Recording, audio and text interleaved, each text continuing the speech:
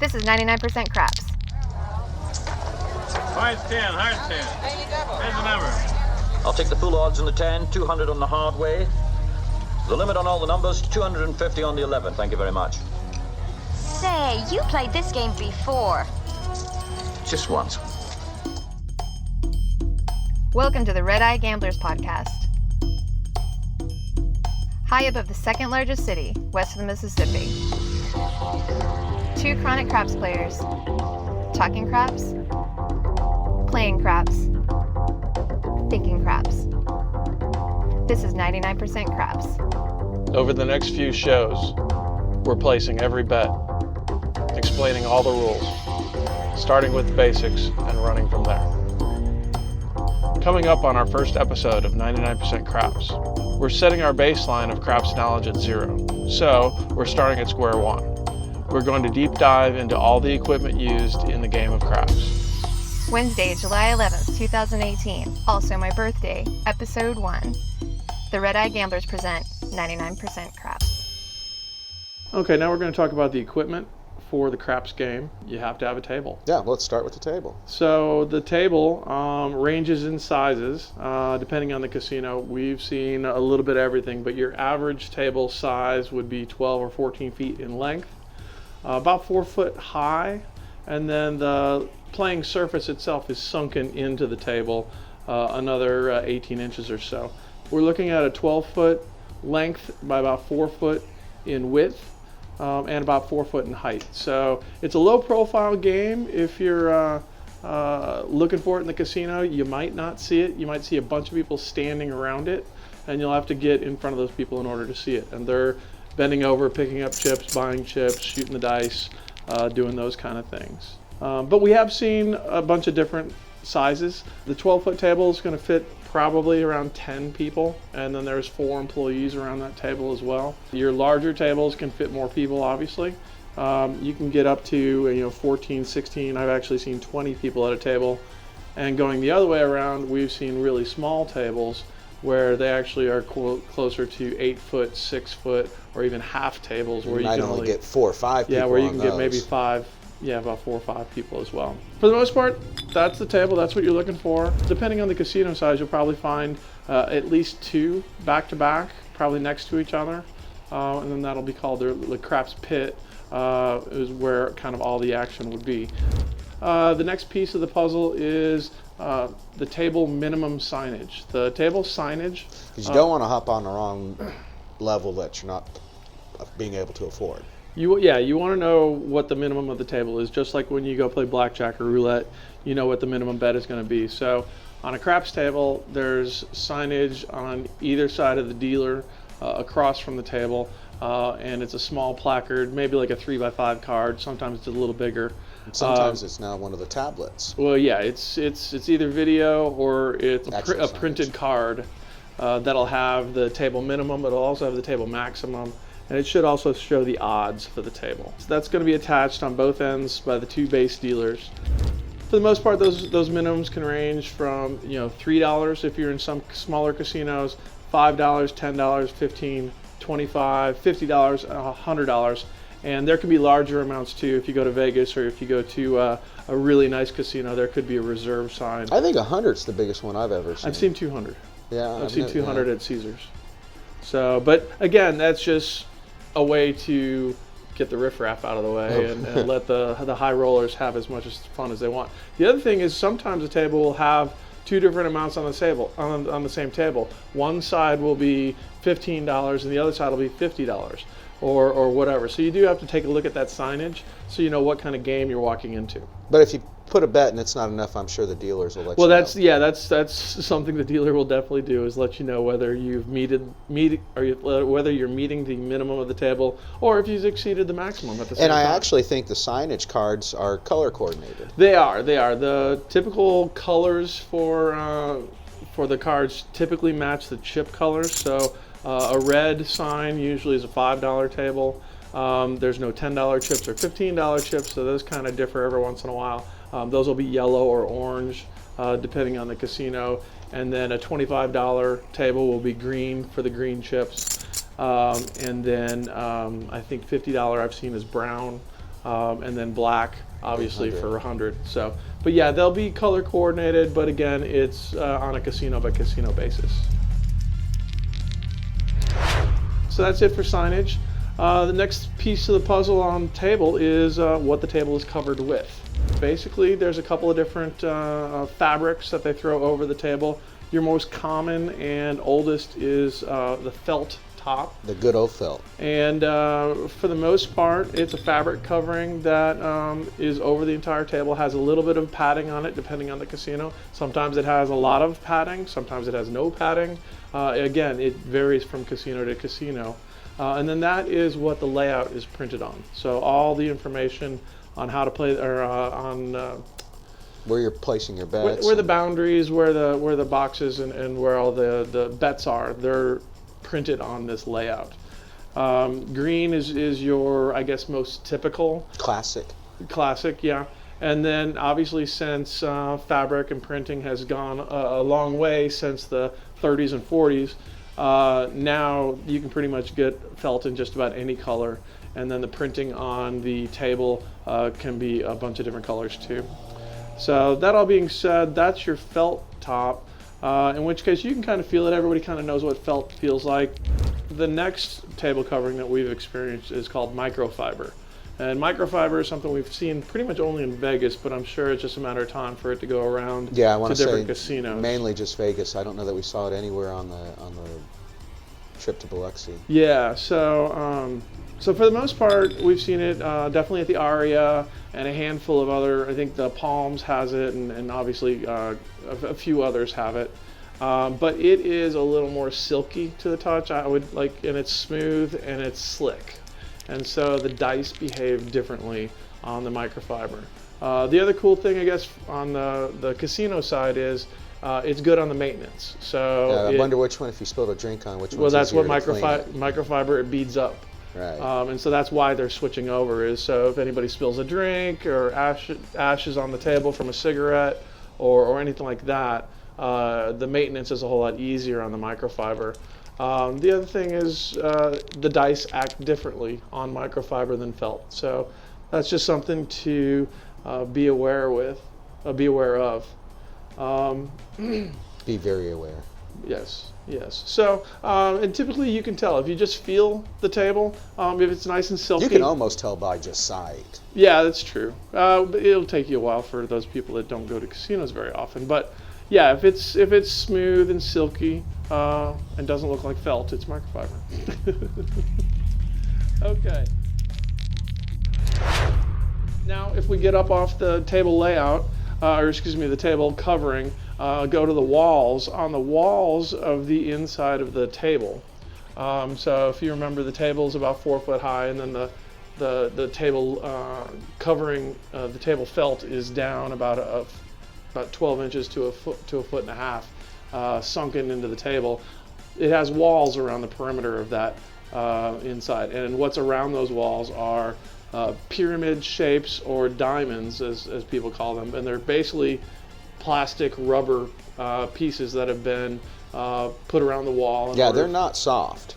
No, they're not. And they used to be styrofoam back in the day, but I guess again technology has gone forward, and now we're seeing these rubber hard pieces. Other than what they want you to throw it at the wall, what other reason are they there for? No, it's there basically to make sure that they have random rolls from your dice, so that the dice have more variety to the throw. So when you're throwing the dice, you're supposed to hit the end of the wall, and then those diamonds make sure that you're doing a fair and random roll. But they're not just at the end of the table, they're also on the sides of the table. So they're just wrapped around. And typically they're green, or I've seen them gray and black, but obviously since it's plastic, you can get those any color they want. So these really nice casinos, I'm sure, can get custom colors however they want. And then in addition to the diamonds or the pyramids that are on the walls, there's also a section right across from the boxman in front of the stickman where there's actually a strip of mirror. So there's mirrors on the table too, and that's basically for the employees. So the base dealers, the boxman, basically everybody on the back side of the table can see what's going on the table a little easier with the dice, or excuse me, with the mirrors. The mirrors will let them see the dice, bets, all sorts of things, and so that's another thing that's on the table. Yeah, and it just aids the personnel to view and properly call the game. Then next, if you get up on top of the walls, is a top rail. And the top rail has a padded edge, usually in leather or a nice vinyl, and it's cushy, so when you put your elbows on it, you're not on a hard wood. You'll be spending a lot of time like that. Right. You're leaning up against the table, and thank goodness some tables actually have really nice padded arm rests, if you will, but it goes around the top of the table. And then also, in addition to those padded rails, you have basically carved out grooves for your chips. And made it always overflow for you. And there's plenty of room for chips. That's pretty much on the top rail. There's also a lower rail, in which case a lot of people don't notice it because people are always holding their drinks or their cigarettes over the table, and that's one of the things you don't want to do is get the table dirty or have a spill. It's where I like to keep my cell phone so that I can see if somebody's calling, but it's to where the dealers don't make comments. That's true. So there is a second rail that's below the top rail, and that's basically where the ashtrays are, your drinks, and other stuff. Ladies, you can put your purse down there. You might want to make sure it's dry and not too dirty, but there is a second rail, and that's basically, let's call it a utility rail. Then, I think that's pretty much the pieces of the table. Let's go back to the table covering and talk about the layout that's printed on that covering. So the layout is basically how you play the game. It's if you think about any sort of board game you play with, you've got a board that you unfold and play on. That's what the layout is on a craps table. So the layout is pretty confusing to people. It does look very intimidating. Yeah, when you first come up to it, it looks like there is so much jargon on the table. How am I ever going to make sense of it all? But actually, it's pretty simple. We'll go ahead and go over it with you. It's going to be tough via audio. It's much more easier to take a look at it from a book. So we'll post a couple of pictures of some tables we've played at on our Facebook page and Instagram and Twitter, so you guys can reference it later. For the most part, it's pretty simple. Think of the table as being in 3 sections. You have a left, a right, and a center. And for the most part, don't worry about the center. We'll go into that later. The right and the left are actually mirror images of each other. So they're identical. So whether you're on the right side or the left side, you only have to pay attention to that side. And for the most part, if we're going from closest to you on the table and then furthest out, the thing closest to you is the pass line. After the pass line, then would be the don't pass line. If you only knew the power of the dark side. After the don't pass line, then you would have your field bet. After the field bet, then is your come bet. And that's spelled C-O-M-E. That is spelled C-O-M-E.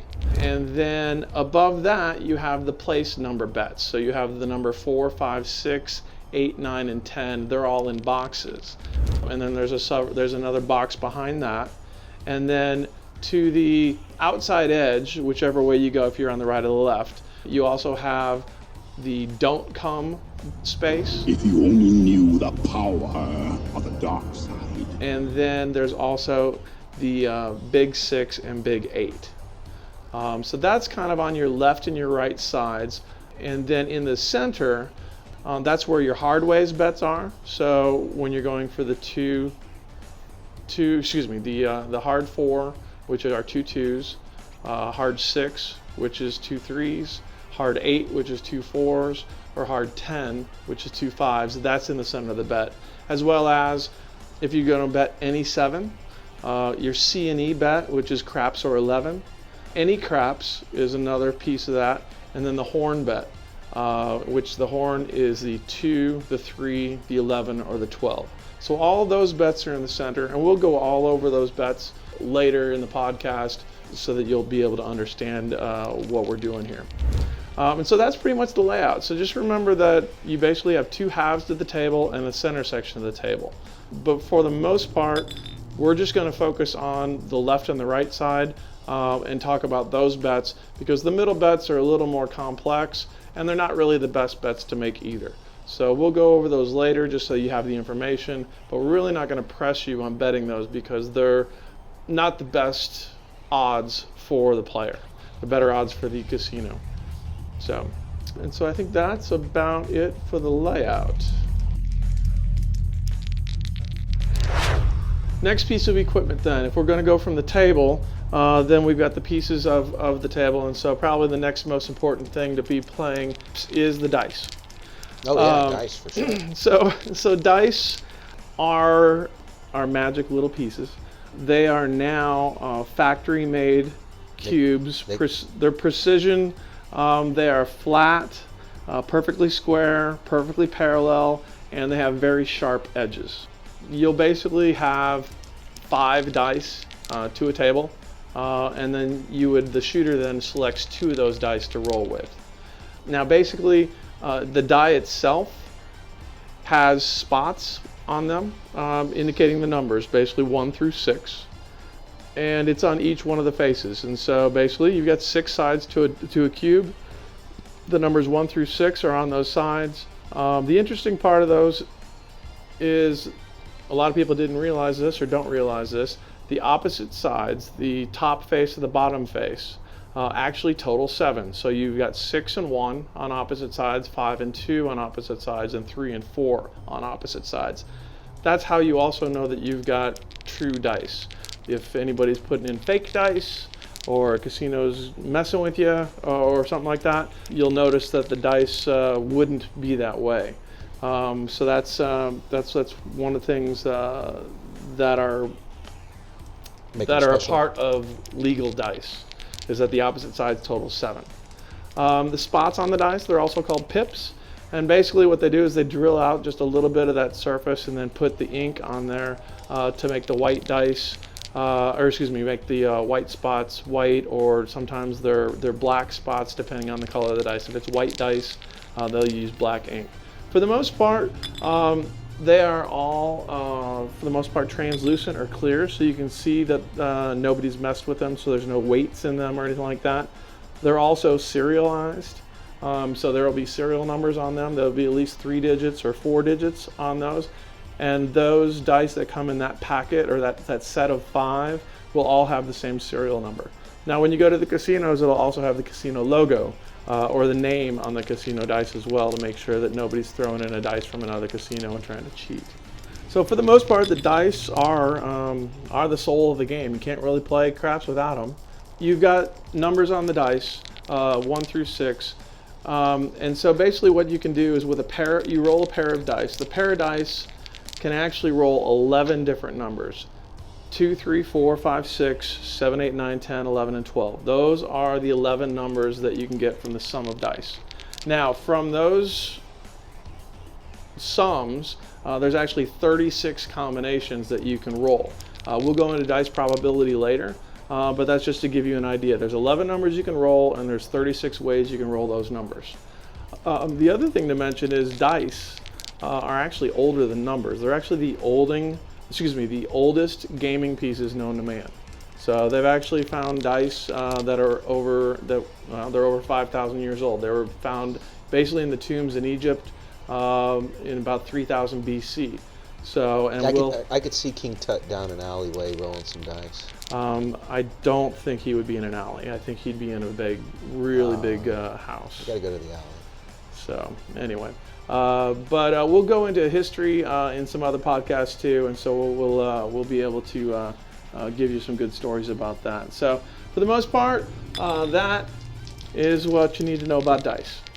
Okay, next, where do the dice live? Well, they live in a bowl, and the bowl will be right in front of the stickman, and the stickman basically is in charge of the dice, and he will be handing those out to the shooter, and then brings back dice with his stick.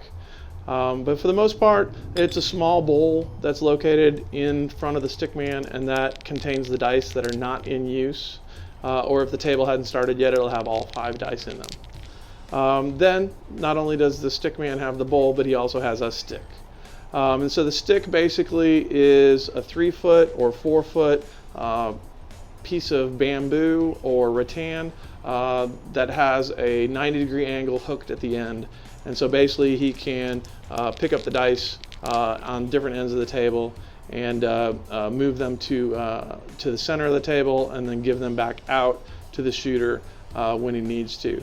So there's 3 purposes for the stick.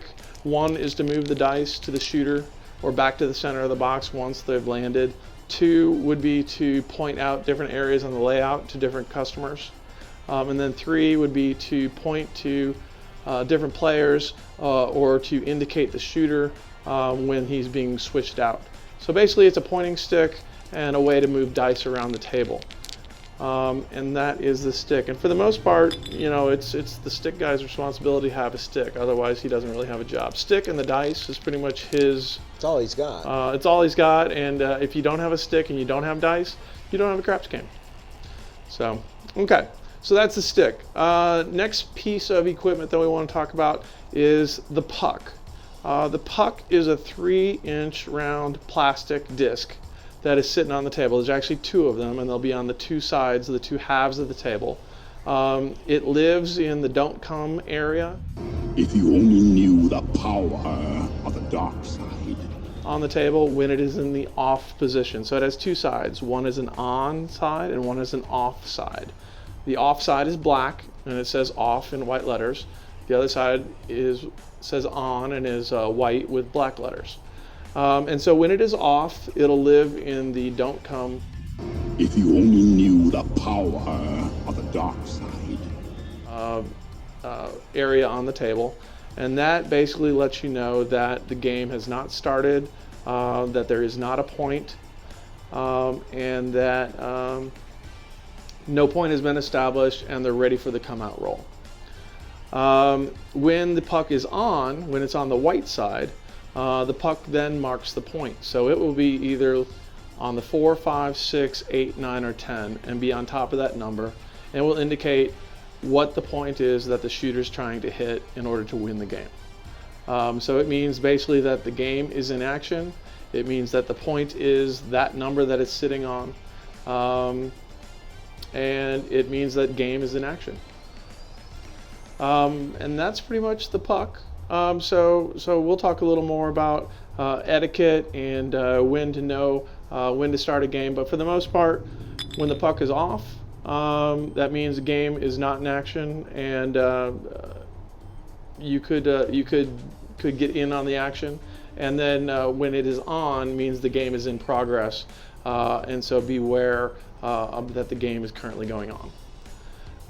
Okay, next piece of equipment would be the buttons and lammers, which are basically small 1-inch circular plastic pieces that fit on top of chips. And for the most part, there's several kinds depending on the casino, but for the most part, there's on and off buttons. Basically, one side says on, the other side says off. They basically sit on top of bets, and it tells you whether the bet is in action or not in action, and you would request that action from your dealer or the stick man in order to turn certain bets on and certain bets off. And so they're the little pieces, the little plastic pieces that indicate for your chips. The next button would be the buy and lay buttons, and for the most part they kind of do the same thing. They fit on top of your chips and let you know if you have a buy bet, which we'll go into later, or if it's a lay bet. And they're different colors depending on the casino. And then lammers. Lammers are again small plastic chips, and they're more for the boxman at the casino to track people that get with credit, and they're buying in, and basically they have $1,000 chip or $1,000 lammers, 5,000, and so forth. And so that's how they keep track of people with credit, is they'll hand out lammers and then put those in different spots on the table. So those are kind of the 3 main types of buttons and lammers that are part of the equipment as well. Next piece of equipment then would be chips, in which case They don't let you play with cash anymore, so you now exchange your cash in for chips. And so the chips are, again, clay, plastic pieces.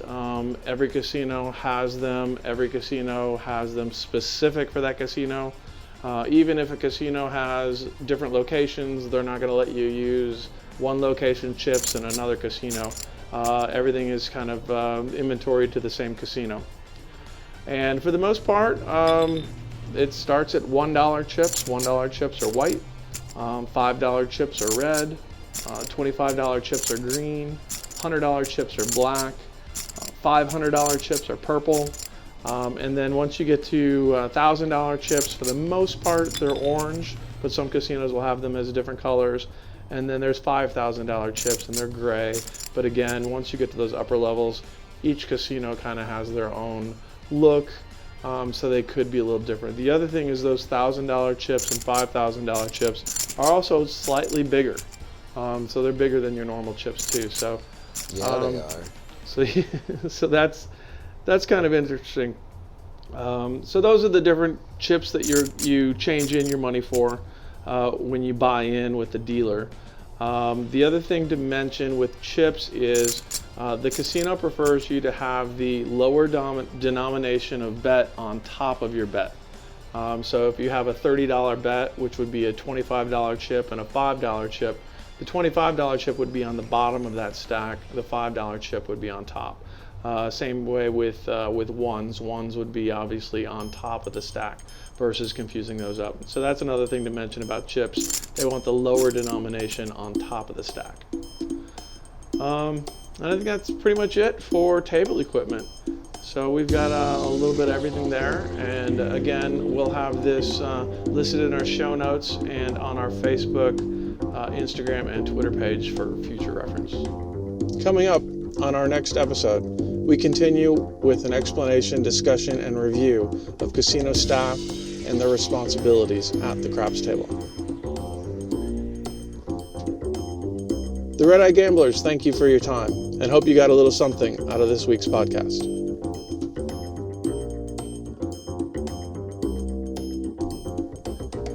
Here's to rolling sevens on the come out, and may your sixes and eights always be hard.